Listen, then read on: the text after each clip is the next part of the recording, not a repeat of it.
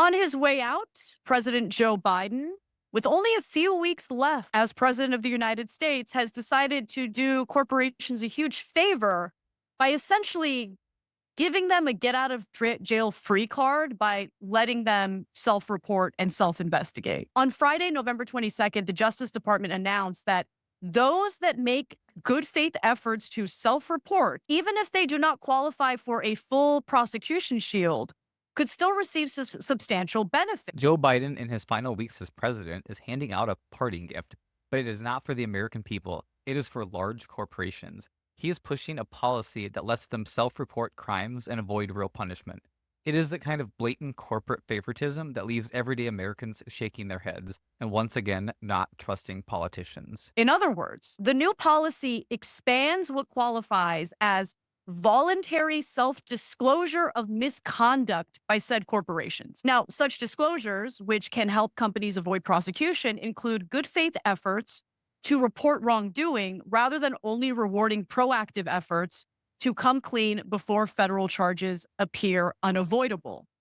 So companies would, in fact, as a result of this, be eligible even if they have committed multiple crimes, earned significant profit from their wrongdoing, and failed to self-disclose the misconduct, as long as the companies demonstrate they acted in good faith to try to come clean.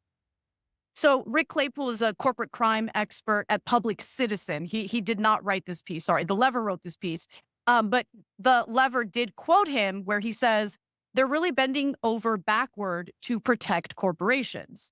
However, corporate compliance consultant Matt Kelly argues that this new policy is meant to make up for potential limitations during the Trump administration.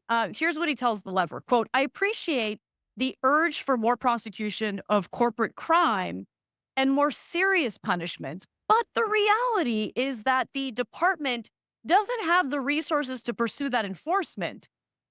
It doesn't now, and it certainly won't under the Trump administration.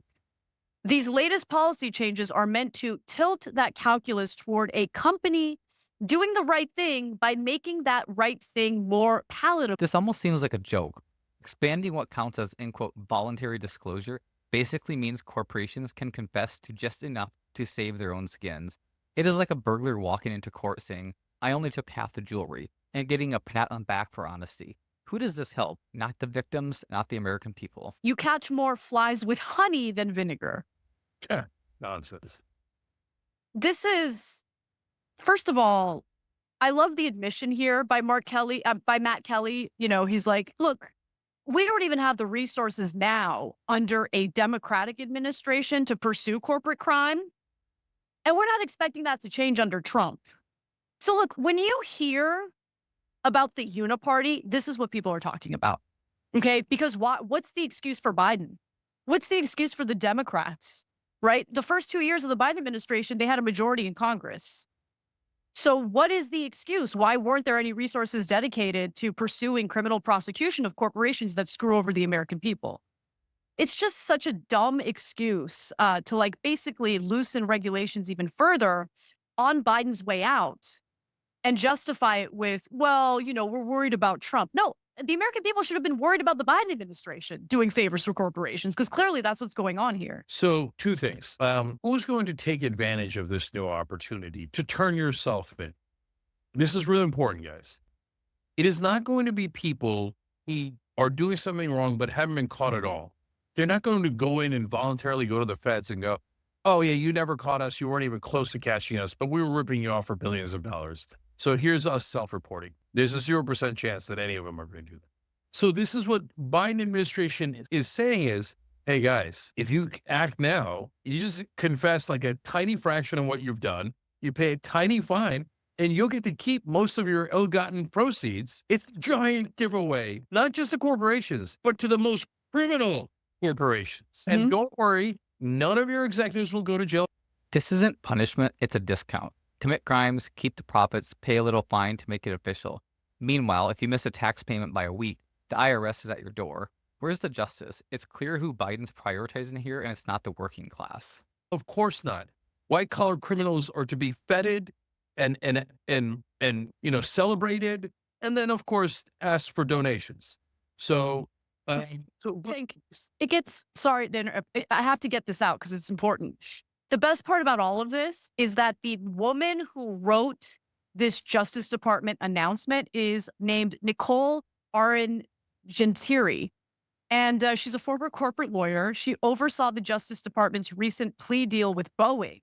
And thanks to said plea deal, Boeing's top officials at the time of the two devastating 737 MAX crashes will avoid jail time. Like, you have a corporate lawyer getting involved in putting out this announcement, essentially loosening, regulations, or I guess prosecution toward criminal wrongdoing of these corporations. and then as I read on, I was like, oh, knucklehead. Of course. The real answer is she came over to the Justice Department to make sure that all of her former clients got off, and every future client got off, and everybody got off, so that when she goes back to her law firm, which is one of the top law firms in the country, they're all going to hire her and say, oh my God, she might go back into the government and give us all get out of jail free cards. So she's going to make it, by making sure that those corporate criminals were never caught, never prosecuted, etc. In fact, he pardons white collar criminals on a regular basis. And of course, remember, one of the leaders of the Republicans is Rick Scott, who committed the largest Medicare fraud in American history. Got a $300 million thank you package for that, stolen from the American people. And the Republicans celebrated him. And what did they do? The Justice Department said, oh, that company was horrible, and they convicted him of those crimes. They did. But they convicted none of the executives who actually did the crimes. And they pretended that corporation is punished, which means absolutely nothing. All they do is give back some percentage of the money that they stole from us. And no one goes to jail under Republicans or Democrats, because as Anna pointed out, this is how the Uniparty robs you blind. Biden's parting gift to corporations is just another reminder of how broken the system is. These policies do not protect us, they protect the powerful. And while they rake in billions, everyday Americans are left wondering who is really fighting for them. If this does not fire you up, what will? Thanks for watching. If you enjoyed this, make sure to like, comment, and subscribe for more bold and unapologetic content.